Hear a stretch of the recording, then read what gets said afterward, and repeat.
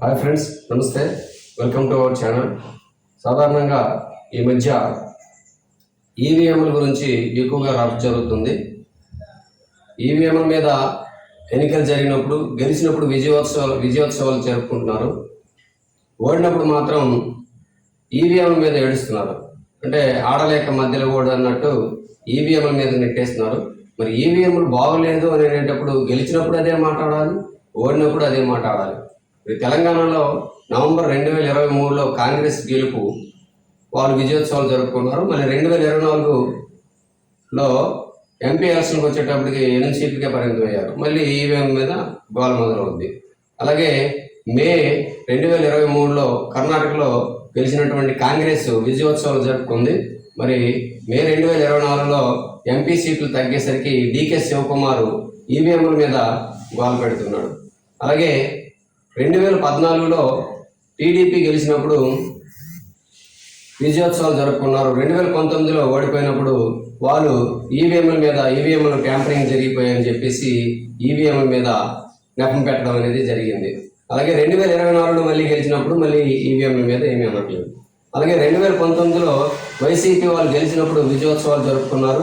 2024లో ఓడినప్పుడు మాత్రం ఈవీఎంల మీద మళ్ళీ గోల్ చేస్తున్నారు.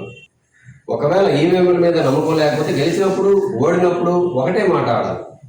అది జరగట్లేదు. దేశవ్యాప్తంగా అన్ని పార్టీలు అలాగే వ్యవహరిస్తున్నాయి. ఏదో ఒకటి ఆరా తప్ప.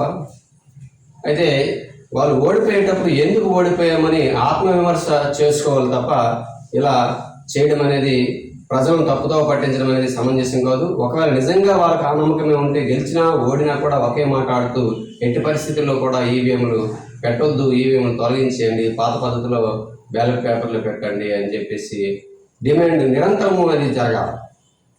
అయితే ఇప్పుడు ఈ ఈవీఎం తాలూకా హిస్టరీ ఒకసారి తెలుసుకుందాం. అసలు ఎప్పటి నుంచి ఈ ఈవీఎంలు అనేది పెట్టాలనే ఆలోచన వచ్చింది, ఎప్పుడు పెట్టారు, ఏ ఏ రాష్ట్రాల్లో మొదలుగా అమలు చేశారు, ఇవన్నీ ఒకసారి తెలుసుకుందాం. ఈవీఎంలు అనేవి 1977లో ప్రపోజల్ మొదటగా జరిగింది. ఈవీఎంలు పెడదామని చెప్పేసి ఆ ప్రపోజల్ అలా ఉంటుండగా ఈవీఎం ఫస్ట్ టైం ట్రయల్డ్ ఇన్ 1982 1982లో కేరళలోని పారావూర్లో ఈ బై ఎలక్షన్లో ఈ ఈవీఎంలు అనేది వాడకం అనేది ఫస్ట్ టైం జరిగింది 1982లో. అలాగే 1998లో రాజస్థాను, మధ్యప్రదేశ్, ఢిల్లీలో ఓవరాల్గా 28 ఎమ్మెల్యే కాన్స్టిట్యున్సీలో ఈవీఎంలు అనేది వాడకం అనేది జరిగింది. అలాగే 2001లో తమిళనాడు, కేరళ, పుదుచ్చేరి, వెస్ట్ బెంగాల్లో ఈవీఎంలు అన్ని అసెంబ్లీ స్థానాల్లో కూడా వాడకం అనేది జరిగింది. అలాగే 2004లో ఈవీఎంస్ 543 ఎంపీ కాన్స్టిట్యున్సీల్లో కూడా వాడటం అనేది జరిగింది. అప్పుడు గెలిచినటువంటి కాంగ్రెస్ విజయోత్సవాలు జరుపుకుంది. అలాగే 2009లో కూడా గెలిచినప్పుడు కాంగ్రెస్ విజయోత్సవాలు జరుపుకుంది.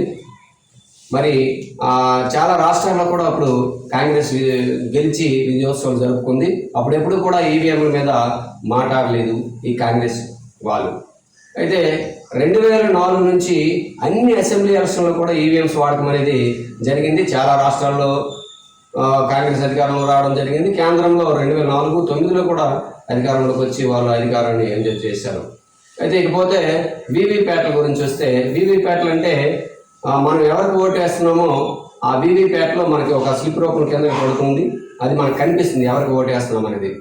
అయితే ఈ వీవీప్యాట్లు అనేది ఎప్పుడు ఇంట్రడ్యూస్ చేశారంటే సెప్టెంబర్ 2013లో నాగాలాండ్లో నాక్సెన్ అనే అసెంబ్లీ కాన్స్టిట్యున్సీలో వాడకం అనేది జరిగింది.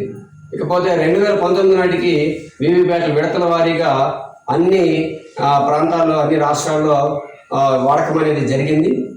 అయితే సుప్రీంకోర్టు తీర్పు ప్రకారము 2% ఎక్కడైనా 2% ర్యాండమ్గా తీసుకొని వాటిని లెక్కించి ఫైనలైజ్ అయిన తర్వాతే సర్టిఫై చేయమని అనడం అనేది జరిగింది.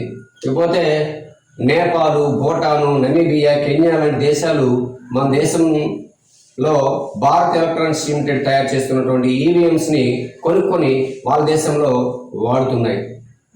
ఇది ఫ్రెండ్స్ ఈవీఎం తాలూకా చరిత్ర.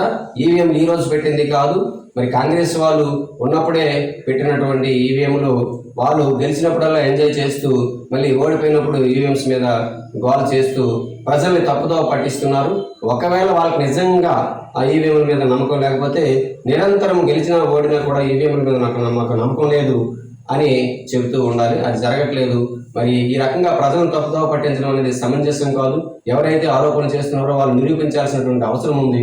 ఎలక్షన్ కమిషన్ కూడా అటువంటి వాళ్ళపై కఠినమైనటువంటి చర్యలు తీసుకోవాల్సినటువంటి అవసరం ఉంది. ఎందుకంటే సామాన్య ప్రజలు అవి నమ్మితే మళ్ళీ వాళ్ళకి వేరే భావనలు కలుగుతాయి. కాబట్టి ఈ రకమైనటువంటి అపోహలను తొలగించాల్సిందిగా కోరుకుంటూ నమస్తే.